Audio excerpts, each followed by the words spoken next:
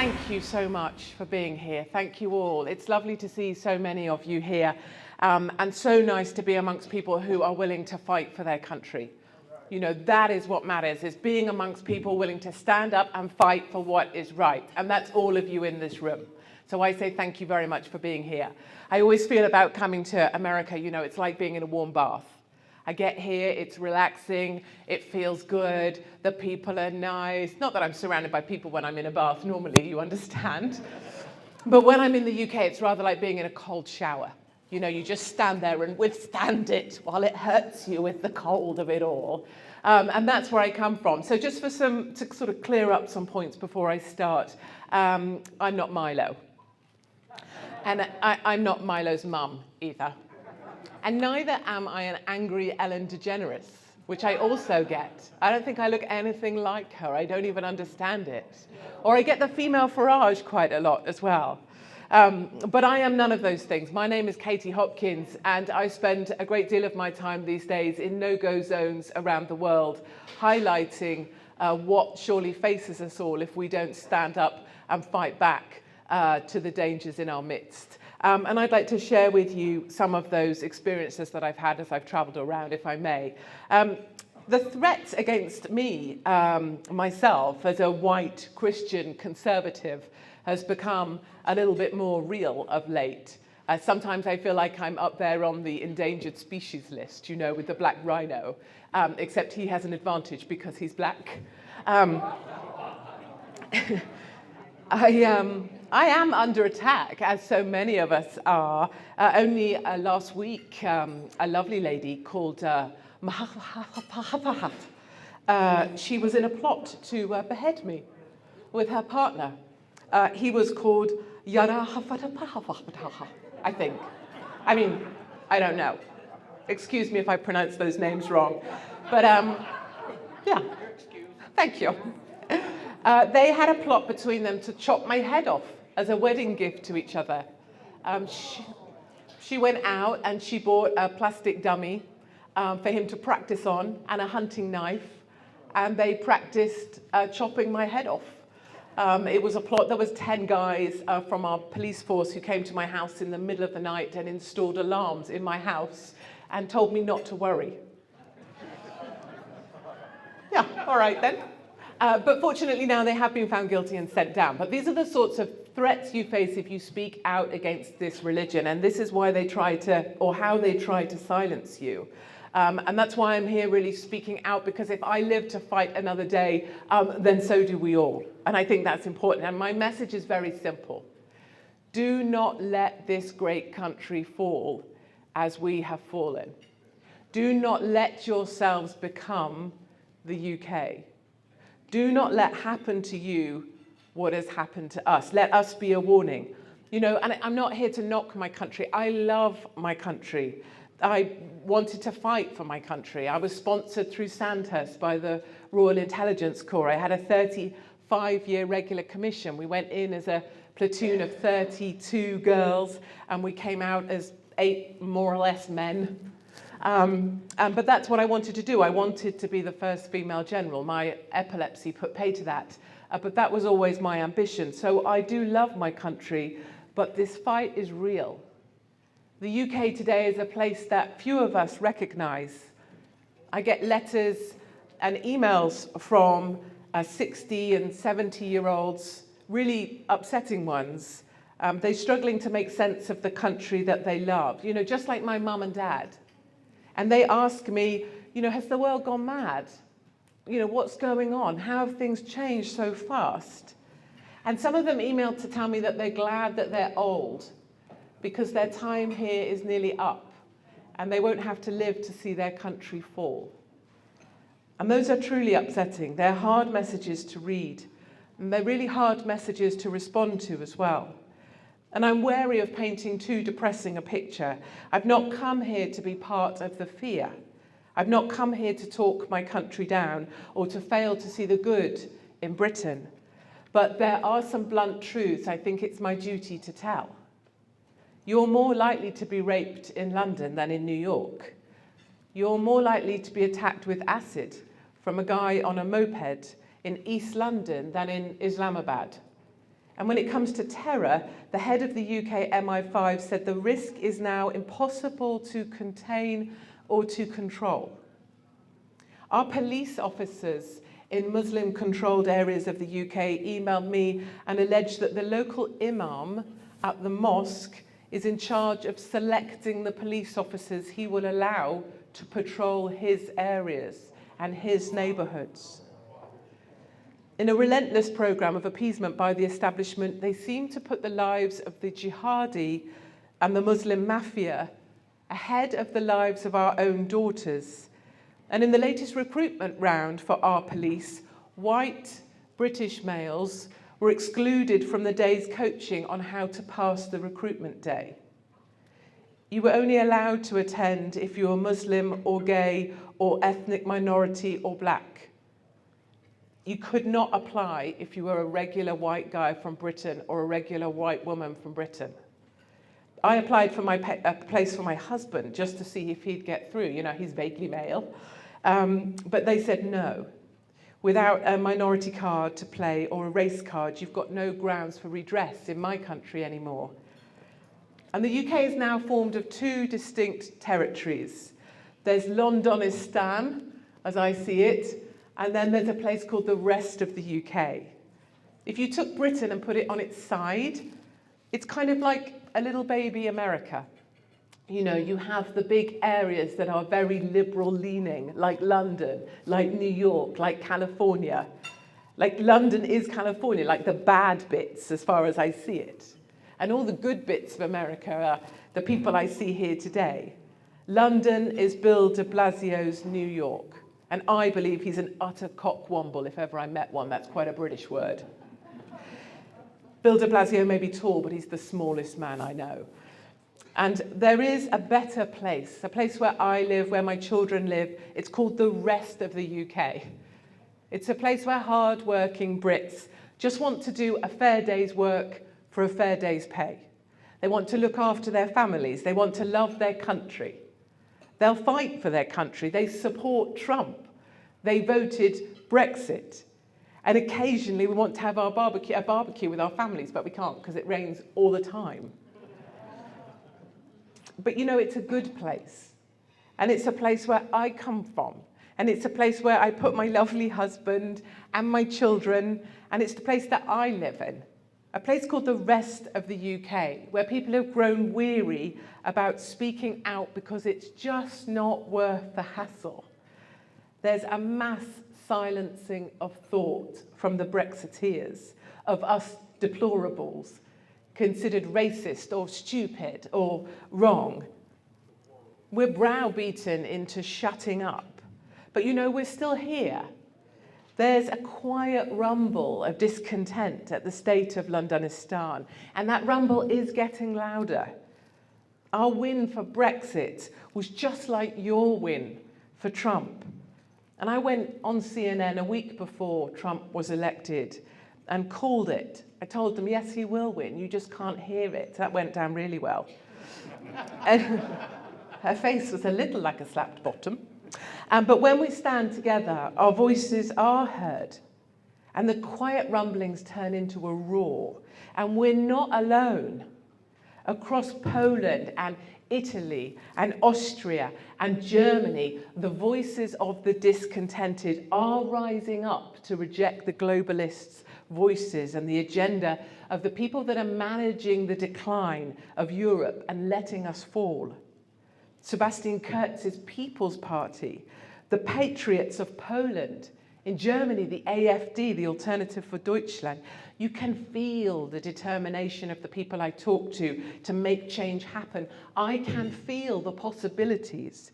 There is hope. We don't have to watch our country fall. And there is action we can take. And there's three things I'd quickly like to run through, if I may. And firstly, most importantly, we must reject the narrative. Resist the narrative. Just because someone said it and they're wearing a uniform with a badge doesn't make it true.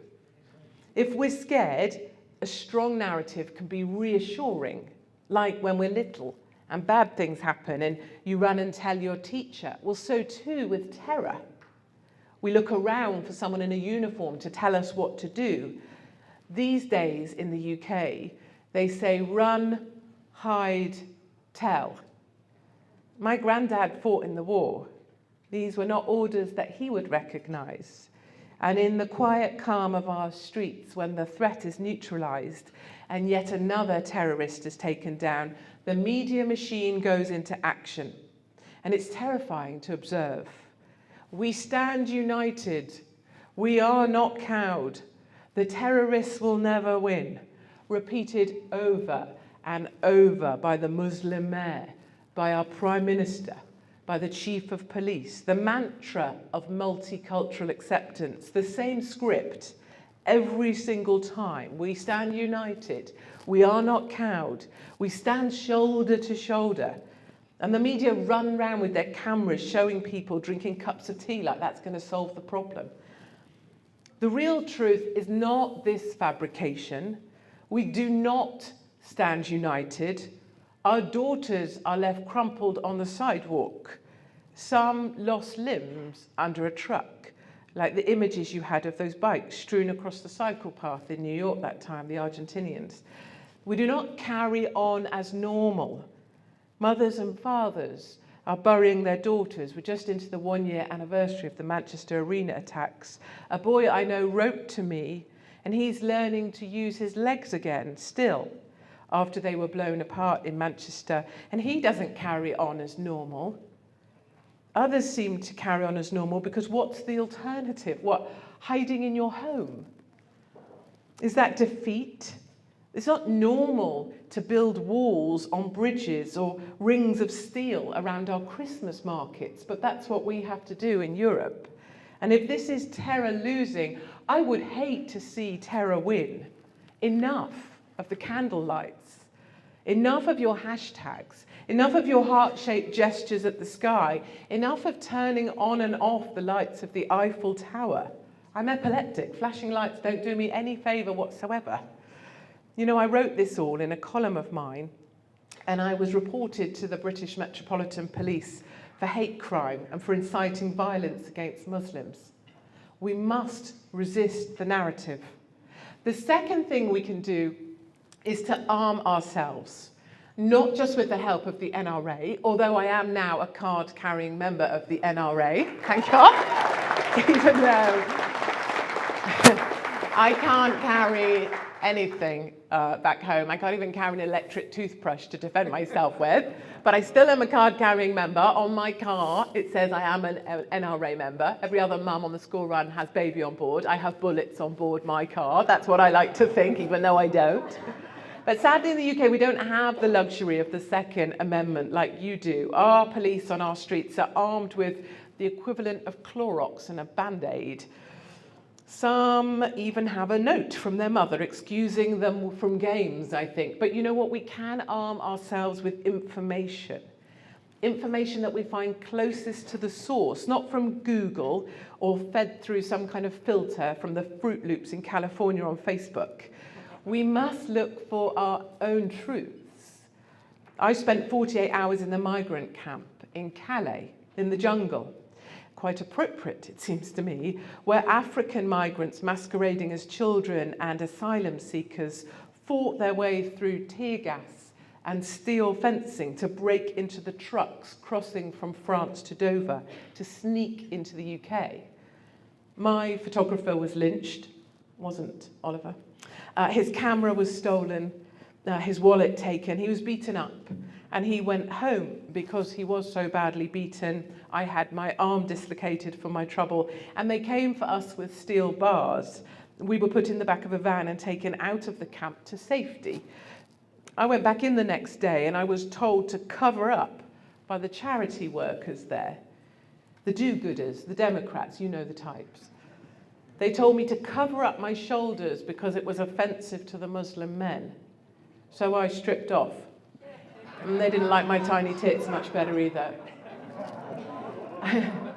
I met a lady with a little boy.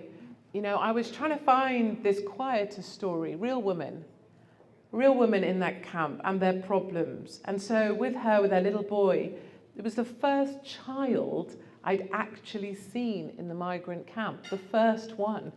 She invited me into a little caravan thing, and it turned out her little boy was actually a little girl, but she had to dress him as a boy so that at night the men wouldn't come and take him away. I learned a big lesson from that as well. I was really naive. You know, migrants don't come here for a new life and to leave their old life behind, not at all. They bring with them all the old conflicts from home. The Somalis hate the Eritreans, who hate the Afghanis, who don't speak to the Libyans, and they're all still fighting. They come, but they do not start a new life. They bring all the old hatred they ever knew to our communities. I spent 48 hours in the cab of a large haulage truck because I wanted to understand the dangers of the crossing that people were making. I always said that one day someone would die driving these trucks because our truckers, our British truckers, are at risk from the migrants. And indeed, one since has been killed by the migrants who threw steel bars under his wheels in order to stop his truck. And I had my eyes open once more. These entire truck stops overnight are run by the mafia. The drivers are paid to turn a blind eye so that overnight the trucks are filled with migrants.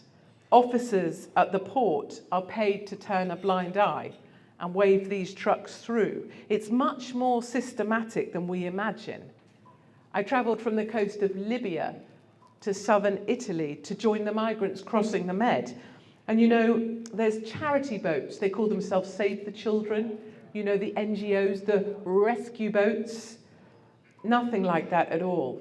They are a ferry service across the Med. And to be honest with you, you know, for transparency, it's scheduled, it's organised, and it's all controlled by the mafia. Hundreds of thousands of migrant men, fully aware of their rights, given places in local hotels to stay at 35 euros a day. That's a sum that's more than most locals earn in southern Italy. And when I carried on my journey and talked to these men in these hotels, they were blockading the roads in the local villages in southern Italy because their Wi-Fi was too slow. The rice that they served was too soft, and they were protesting their rights. You know, these are the people that come here, and I see that same pattern happening on your southern border. That is going to be a systematic movement of people and a highly profitable one, and it will be military-aged fighting men that make it through first. That's the way these things work. I met a woman on the tarmac on the side of the road in the heat, and she looked ill. She said she was poorly. She said she was there to service the drivers as they passed on the way, and she was trafficked for this life. And these do-gooders, remember, they tell us they're saving lives. Well, they're not saving lives. They're destroying lives while they're pretending to do good. And I walked the suburbs of no-go Sweden because Trump said Sweden had fallen, and the media crucified him for that. They mocked him relentlessly, but I can confirm firsthand Sweden has fallen. As I arrived in the suburb of Rinkeby, a woman grabbed me, an elderly woman, the third generation migrants. They're lovely people there. They're really disappointed by the new arrivals. She said to me, she grabbed me by both arms and she said, no, go back. Wrong hair, wrong face, wrong place. She was a kind lady. And she was trying to tell me that I'd made a mistake coming to this place, that this wasn't a place for me. No-Go Sweden has fallen to the migrants, and the Somalis battle the Eritreans, who still battle the Afghanis, and you can now get hold of a hand grenade for as little as €50, just like they did in the camp at Calais. 2 hand grenades were found in a bin just outside the police station within an hour of me being there. And a week later, a Muslim took a truck and rammed it into the pedestrians in the shopping arcade. As you will recall, I'm sure, one was an 11-year-old girl. It's curious, you know, how the bodies of our daughters slain by Islamist terrorists never make the front pages of any of the press. You know, I interviewed a girl who lived in the forgotten suburbs because it was all she could afford. And she can't go out at night. She daren't leave her home. She was burgled, but the police couldn't come because their cars would be looted or torched. And she said she's no longer allowed to carry pepper spray to defend herself because a girl that was attacked by a gang of Muslim men accidentally pepper sprayed the wrong guy and was prosecuted for GBH. Sat in the darkness of our home, and I can remember it. It was a scary place. She wouldn't even allow me to take pictures of her face with a camera for fear of reprisals by the Swedish feminists for speaking out, because they support the migrant men at all costs. And in the game of top trumps, the victim edition, if you're a migrant, you win every time. Swedish feminists, in fact, feminists as a whole, have never been more disappointing. I fail to see how they support women. And I met the head of the toughest fire station in Sweden, who was exceptionally good looking, just as a by the way. But he was putting a bigger fence around the station to stop migrants coming in and vandalising the fire engines. They would steal the cutting equipment from the vehicles. And I asked him whether these walls were our future. He looked at me really strangely because he was surprised. He said, "No, it's too late for that. We'll no longer build walls to keep people out. Going forwards, we'll build walls to keep the people we love safe inside." And that still gives me the shivers now. And these stories come straight from the mouths of men and women who live this stuff every day. No lens, no filter, no camera work, no editing, no Google ranking, no New York Times.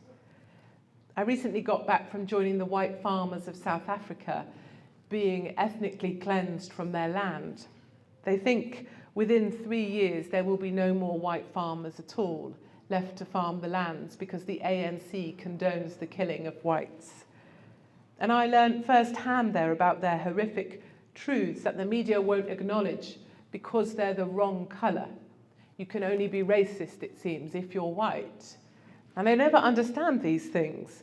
But you know, if we resist this narrative, if we can, just by speaking to the people that we live amongst, people in the street, we can find our own truths. And that's exactly why I'm here in Michigan right now. We will have the stories of the people, and we can get them to the people in power. And finally, the third arm of this thing that I need from you all, and you all have in spades, is the moral courage to fight. Somehow, we have to find the courage to withstand the constant attacks that we face. And Trump is the Jedi master at this stuff. I love him. We know what it's like to be ostracized by friends who don't like our opinions. People can be unkind. The media can be merciless. But we all need to find the moral courage to stand strong. I have battles of my own, of course. I have Mrs. who sees my head as a prize. And I've got the pocket-sized Muslim mayor of Londonistan, who's about as useful as a chocolate teapot. And there's other issues that I have with him. He spent £1.7 million on an online hate police force, policing mostly my Twitter account, it seems. I was interviewed under caution by the Major Crime and Homicide Command for a column I wrote in a national newspaper.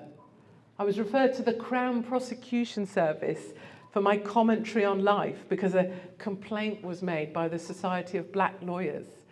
I look forward to meeting the Society for White Lawyers one day. And my family are reported to social service on a fairly regular basis. People hope that they can take my children from me just by suggesting that I'm doing something wrong. They hope that that will silence me. The last time social services rang and they said they had a complaint. But I just rung my children at home with my husband, and he made them a prawns salad. And because prawns are quite posh in my family, because I come from the rougher side of the tracks, that's what I told the guy from social services. But my husband just made them a prawn salad, but he didn't sound that impressed. But There's also vexatious litigation, and we know how that works. I'm just back from Molenbeek, the jihadi capital of Europe, and as we speak, the mayor of Molenbeek says she's going to sue me for defamation because I've said nasty things about her town, known as the jihadi capital of Europe. I fail to see how you can have a much worse reputation than that. Anywho, I'm not complaining. I have no self-pity. You know, I put myself out there, so I have to suck it up. And if I don't like it, I can stay at home, sit on my sofa, shut up, and become a vegan. And none of those things are going to happen anytime soon. But, thank you. Big meat eaters here in the house. But resistance is key. And when we come under attack, we need to make like an arrowhead and feel the criticism falling away from you as you move forward. You know, I get a lot of emails from 16 and 17-year-olds who feel like they don't have a voice in school anymore either. They can't say they're a Brexit supporter. They can't speak out. And I say to them, you know, make out like you're diving into a swimming pool and feel the water coming off of your sides. Imagine that's the criticism you face and keep moving forwards. The Liberals who reject Brexit or try to discredit Trump, they gave birth to our determination to succeed. They are Frankenstein and we are their monster. And I would say that we are big and we are bad and we are coming for them, and they should be afraid because we're not going to take this anymore lying down. We are going to stand up and we are going to fight back. And I say we can do this. Yes, we can. That would work so much better if I was black. We can commit to refuse the narrative. We can commit to arm ourselves with our truths, with no liberal filter. And we can commit to have the moral courage under attack to keep moving forwards. This is our time. This is Michigan's time. Do not become like Britain. Get furious and fight back. Thank you very much indeed. We are 100% viewer supported. If you can help us cover any of the costs of our travel or expenses, please donate at hopkinsworld.com.